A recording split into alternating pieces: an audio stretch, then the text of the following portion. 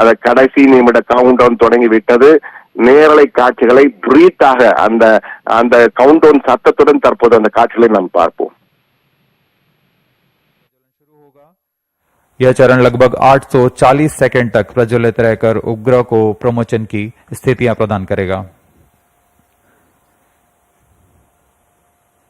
लगभग 322 किलोमीटर की ऊंचाई तथा 9.6 இன்னும் 1 நிமிடம் 52 நொடிகள் தான் இருக்கிறது.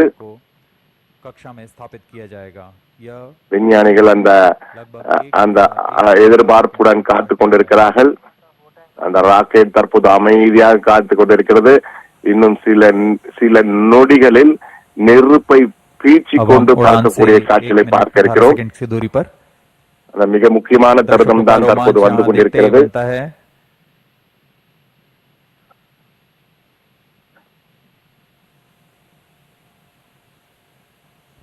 All stations stand by for the time mark. T-1 minute.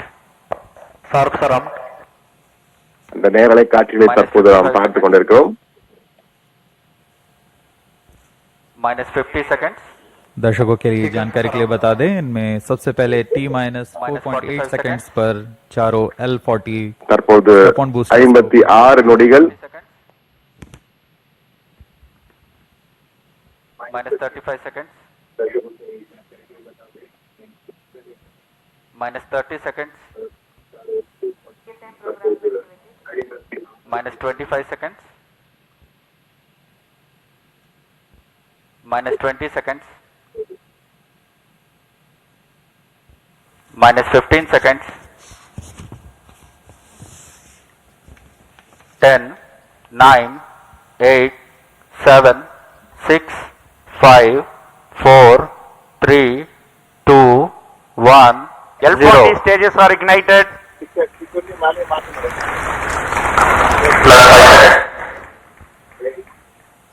பாய்ந்தது ராக்கெட், விண்ணில் பாய்ந்தது. இந்தியாவின் வரலாற்று சாதனை இந்தியா இடம்பெற்றது.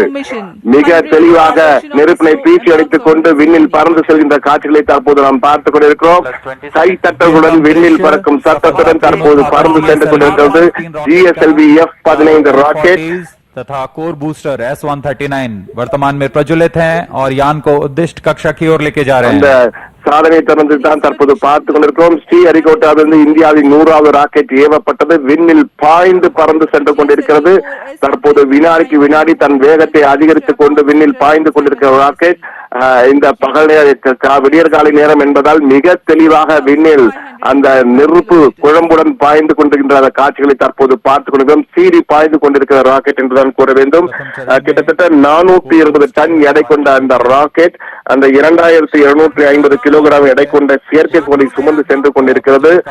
அந்த செயற்கைக்கோளுடன் தற்போது விண்ணிலே பறந்து கொண்டிருக்கின்றதான் கூற வேண்டும்.